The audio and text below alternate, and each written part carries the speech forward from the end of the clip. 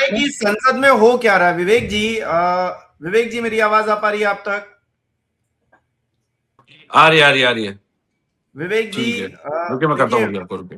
विपक्ष के विवेक पर ही सवाल उठाया जा रहा है। महिला सांसद काटने दौड़ सकती थी प्रधानमंत्री नरेंद्र मोदी को, इसलिए वो नहीं आए। ये कहकर क्या अपमान नहीं किया जा रहा है उन विपक्षी महिला सांसदों का जो वहां पर प्रोटेस्ट कर रही थी? देखिए हिमांशु भाई, पहले तो मंच पर उपस्थित सभी सम्मानित पैनलिस्टों को प्रणाम करूंगा। और महिला सांसद, एक बार मैं चाहूंगा जरा वो आप दोबारा जो आपने क्वेश्चन पूछा था दांत से काटने वाला, वो आप एक बार जरा दोबारा दोहरा देंगे तो मुझे लगता है एक लीक बन जाएगी। क्योंकि ये मुझे लगता है भारत के इतिहास में पहली बार ऐसा है कि देश के नागरिकों को भाजपा दिखा रही है कि अमृतकाल चल रहा है और देश के प्रधानमंत्री के लिए ही आपातकाल घोषित हो गया कि वो संसद से ही फरार हो गए। मतलब ये ऐसा लगा मुझे कल कि 56 इंच का लौह पुरुष जो भारत का प्रतिनिधित्व ग्लोबल लेवल पे कर रहा है, कल उसको मिस्टर इंडिया बना दिया गया।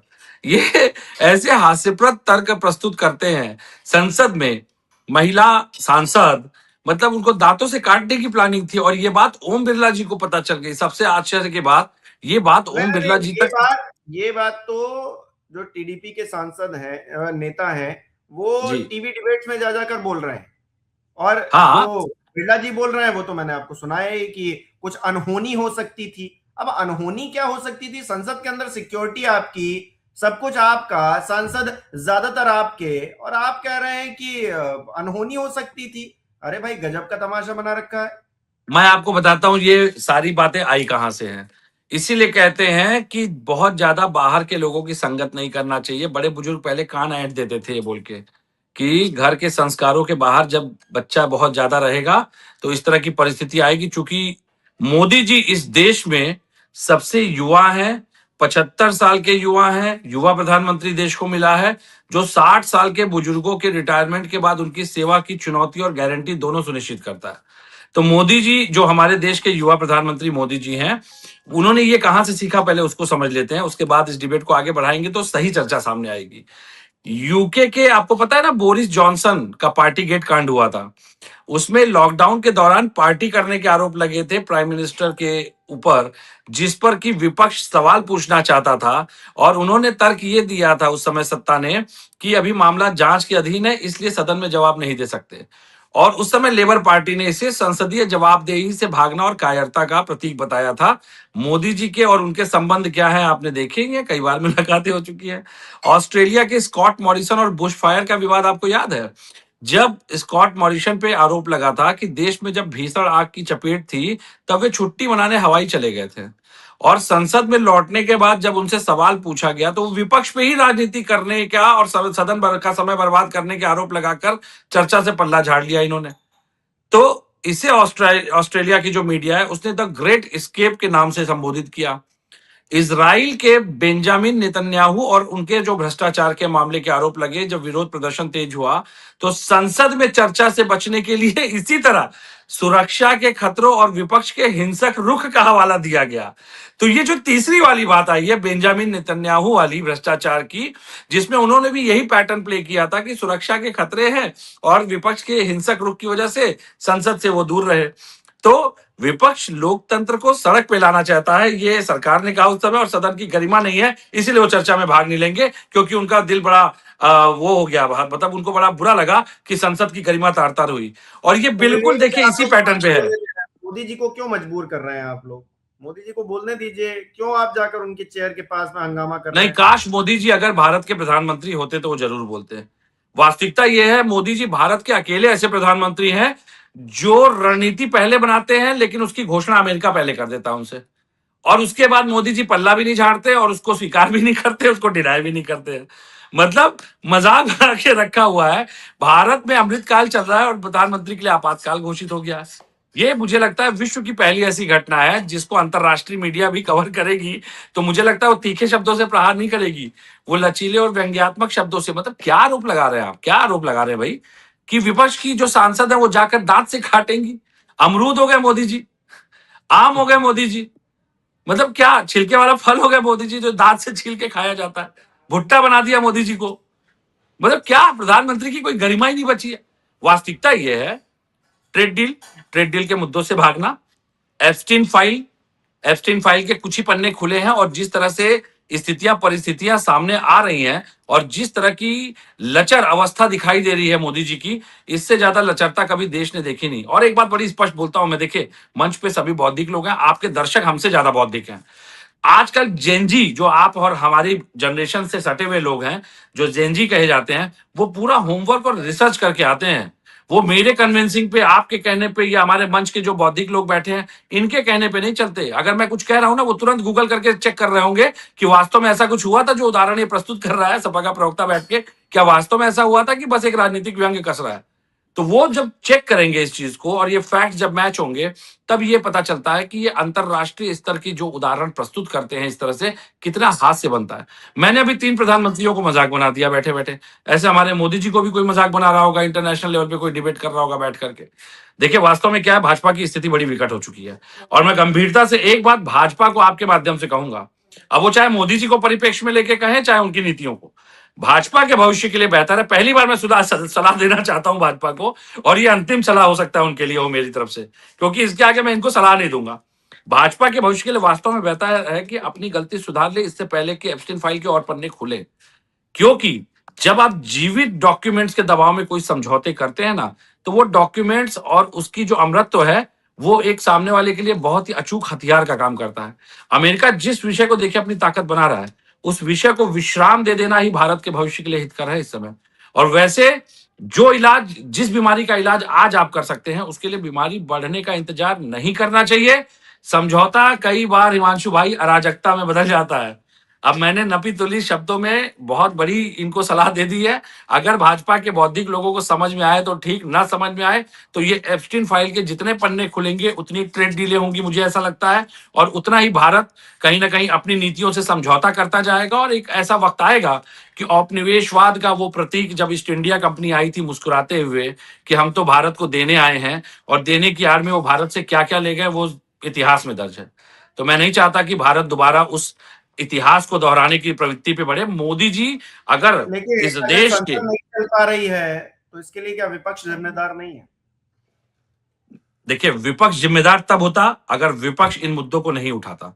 मेरा कहना है, मुझे आपसे सवाल पूछना क्या है। मुद्दा उठाया? आप एक किताब लेकर आ रहा आए, हूं आ आपने रहा हूं 4 दिन आ रहा हूं, गुजारिए, बिल्कुल आ रहा हूं। प्रश्न मेरा उठाइए। कहना है हिमांशु जी से मुझे सवाल पूछना है, लेकिन हिमांशु जी इस डिबेट में ही नहीं आए। अब मैं सवाल किससे पूछूं? जो बौद्धिक लोग मेरे बैठे हैं मैं उनसे सवाल पूछूंगा, लेकिन हमारी आपसी चर्चा का कोई अगर उसका निचोड़ निकले तो वो सार्थक चर्चा हो सकती है। लेकिन निर्णय और निर्णायक स्थिति में हिमांशु जी हैं। तो जब हिमांशु जी ही चर्चा में नहीं है, तो हम चर्चा करके भी आपस में क्या कर लेंगे, ये बताइए पहले। हम तो चाह रहे हैं ना कि चर्चा हो। संजय सिंह जी ने मंच पे कहा, बाकायदा सॉरी सदन में कहा, कि कम से कम सरकार का अगर कोई नाम इसमें आ रहा है, सरकार के किसी मंत्री का, केंद्रीय मंत्री का नाम कम से कम सरकार स्पष्टीकरण दे या खारिज कर दे। हम देश की गरिमा को, अस्मिता को, देश के प्रधानमंत्री की मर्यादा को, उसके नाम को किसी अचारित्रिक विषय से जोड़ करके क्या हम मंत्रालय वाहवाही के लूट रहे हैं क्या? प्रवक्ता आए ना, उन्होंने प्रेस कॉन्फ्रेंस करके मना कर दिया, अनर्गल आरोप, अनर्गल बता दिया इसको। खैर, नहीं, इसमें दो बातें हिमांशु भाई बड़ी स्पष्टता से समझनी पड़ेगी। डिपार्टमेंट ऑफ जस्टिस यूएस का, उसने बाकायदा नहीं, विवेक इन जी, फाइल्स आप को, क्लियर इन हो जाएंगे। चलिए, सिक्योरिटी तो एक जगह है विवेक पांडे जी, लेकिन 1 हफ्ते के करीब संसद चलते हुए हो गया, करोड़ों रुपए, कहा जाता है कि 1 मिनट संसद चलती है तो इतने लाखों रुपए खर्च हो जाते हैं। इस देश के आम नागरिक को क्या मिल रहा है भाई? आप लोग विपक्ष या सत्ता पक्ष संसद के अंदर तमाशा करते रहे, हमको क्या मिल रहा है भाई? आम आदमी को क्या मिल रहा है? उसकी गरीबी दूर हुई जा रही है क्या? उसकी बेरोजगारी से मुक्ति मिल रही है क्या? उसके जीवन में कोई सुधार हो रहा है क्या? आप लोग तो तमाशा करके निकल जाएंगे और संसद की जो है अच्छे अच्छे पकवान खाएंगे वहां पर, सस्ते सस्ते, फिर चलते बनेंगे, अगली बार फिर मिलेंगे। गजब तमाशा बना रखा है आप लोगों ने। मैं दोनों को कह रहा हूं, सत्ता पक्ष बिल्कुल बिल्कुल हिमांशु भैया, ये बात बिल्कुल जायज है कि विपक्ष तमाशा तो करता है, लेकिन तमाशे के लिए भी दर्शक की आवश्यकता होती है ना। हम कहते हैं अगर सत्ता ही दर्शक बन जाए तो भी ये तमाशा पूरा हो जाए, लेकिन समस्या ये है कि सत्ता दर्शक बनने के लिए भी तैयार नहीं है। सबसे बड़ी बात यह है, मैंने वही बात स्पष्ट की कि जब सत्ता सरकार में रह करके भाजपा के लोग जनता के मूल बुनियादी मुद्दों पे बात और चर्चा नहीं करना चाहते हैं, समाधान नहीं लाना चाहते हैं, तो जनता की समस्याएं कैसे ये सुलझेंगी, कैसे ये समाप्त होंगी, इसमें थोड़ा जनता को भी हमारे साथ अब आना होगा। और उससे बड़ी बात मैं एक कदम आगे बढ़ करके कह रहा हूं, समस्या ये है कि निर्णय तो मोदी जी का होता है लेकिन घोषणा ट्रंप कर रहे हैं। ये जो एक परिस्थिति पैदा हुई है हमारे भारत के साथ, ये देश में पहली बार पैदा हुई है कि देश का प्रधानमंत्री निर्णित कर रहा है लेकिन घोषणा राष्ट्रपति कर रहा है अमेरिका का, और देश का प्रधानमंत्री फिर उसके बाद मौन धारण कर ले रहा है, उस विषय पे स्पष्टीकरण भी नहीं दे रहा है, या समर्थन करे या उसको डिनाई कर दे, लेकिन वो ना समर्थन करने की योग्य क्षमता परिस्थिति में दिख रहा है ना डिनाई करने की। अब ये जो मामला आया है ओम बिरला जी का, चूंकि ये बात आनी बहुत जरूरी है पटल पे, ये कहीं ना कहीं देखिए सदन को गुमराह करना एक गंभीर मामला है। ओम बिरला जी ने जो बातें कही, पहली बात तो ये बात कह करके कि मेरे पास ऐसी सूचना आई है, अगर आपके पास वो सूचना आई है तो आपने विपक्ष के सारे लोकसभा के जितने भी महिलाएं, चलिए महिलाओं की बात करूं, अगर महिला सांसदों को कटघरे में खड़ा कर दिया।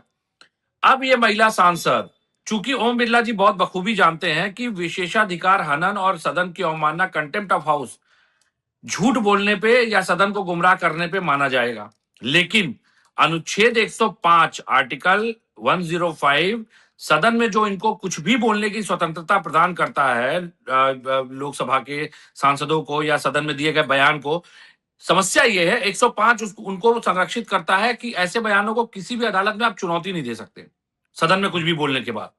इसका अनन्य जो राज्याधिकार है वो भी सदन के लोकसभा या राज्यसभा के ही पास होता है गुमराह करने की सजा देने पे, जैसे इसमें कुछ दंडात्मक प्रावधान बताए गए हैं, भर्तना फटकार। विवेक जी चलिए ठीक है, उस कानूनी पहलू पे नहीं जाते, लेकिन मैं ये जानना चाहता हूं विपक्ष के नेताओं पर ऐसे अनर्गल आरोप अगर लगाए जा रहे हैं, मैं मान लेता हूं अगर झूठ है, अनर्गल आरोप लगाए जा रहे हैं, तो कांग्रेस के या फिर आप सहयोगी होने के नाते या विपक्ष के कितने लोगों ने इस बात को सदन में उठाया या फिर चिट्ठी लिखकर ये पूछा कि ऐसा क्यों, हमारी छवि को क्यों खराब करने की कोशिश की जा रही। वो जिन सांसदों ने वहां पर हंगामा कर रहे थे, जो मोदी जी की जो चेयर जहां पर वो बैठते हैं उसके पास जाकर, उन्होंने क्या इसका विरोध किया? किसी ने नहीं किया।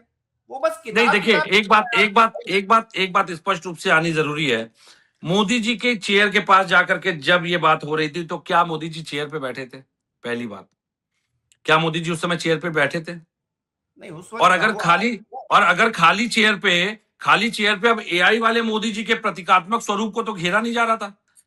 भाई अगर कुछ सांसद मान लेते हैं कि चले भी गए, क्या ये भाजपा पूछ कहाँ अपना, रहे हैं आप लोग? ये तो चर्चा जी हम लोग चर्चा कर रहे हैं ना सर, आपको सदन नहीं, में चर्चा ये करनी है। चर्चा हम भी कर रहे हैं और हमने सबने सारे विपक्ष ने तैयारी की है इसके खिलाफ। चूंकि देखिए सबसे बड़ी समस्या है कि उस समय स्पीकर बिरला जी थे, उस कैपेसिटी में थे। जो समिति जांच करती है, निगरानी समिति को बाकायदा इनके खिलाफ शिकायत की जाएगी, इनके खिलाफ बाकायदा कार्रवाई करने की संस्तुति की जाएगी। चूंकि ओम बिरला जी ने संसद में जो कहा है उसके साथ उन्होंने महिला सांसदों की गरिमा को और उनकी सुनिश्चितता को, उनकी जो एक ऑथेंटिसिटी होती है उसको भी कटघरे में खड़ा करने का काम किया है। बिल्कुल तो ये पहली बात तो इनके महिला सुरक्षा, महिला सम्मान, महिला सशक्तिकरण के दावे को ही पोल खोल देता है कि इनका महिलाओं को लेकर के कितना अच्छा सकारात्मक पॉजिटिव रवैया है। वास्तविकता यह है कि वास्तव में ऐसी कोई बात ही नहीं थी। मोदी जी देखिए ये पैटर्न रहा है मोदी जी का, या तो विदेश यात्रा जवाब देने के समय, या तो जब उनको लगता है कि अब स्थिति गंभीर है, प्रकरण गंभीर हो रहा है, मुझे जवाबदेही तय करनी होगी, तुरंत निकल लेंगे विदेश यात्राओं पे। देश का कौन से विश्व के देश का कौन सा ऐसा कोई एक देश बताइए जिस देश का प्रधानमंत्री पार्लियामेंट हाउस चल रहा होता है, सदन चल रहा होता है और वो विदेश यात्रा करने निकल जाता है। ऐसे ही समय इनकी विदेश यात्राएं क्यों संचालित होती है भाई? सदन के बाद भी जा सकते थे, विपक्ष के सवालों का जवाब देने के बाद जा सकते थे। देश के प्रधानमंत्री आप हैं, देश की जनता आपके ऊपर उम्मीद से देखती है। लेकिन वास्तविकता यह देखिए, कोई स्वीकार करे ना करे, मोदी जी ने जाते जाते अंततः अपने इस कार्यकाल में अपनी स्थिति को संदिग्ध, अविश्वसनीय और अपनी साख को कमजोर कर दिया। और ये बात मैं नहीं कह रहा, ये बात आपको बड़ी जिम्मेदारी से बता दूं, भाजपा के पदाधिकारी तक कहने लगे हैं कि मोदी जी अब भाजपा के ऊपर कहीं भार स्वरूप ना हो जाए, क्योंकि जिस तरह की बातें आ रही हैं अंतरराष्ट्रीय पटल मोदी जी पे। ने अभी कहा इशारों इशारों में कि 75 साल क्या होता है, अभी तो 25 साल और है।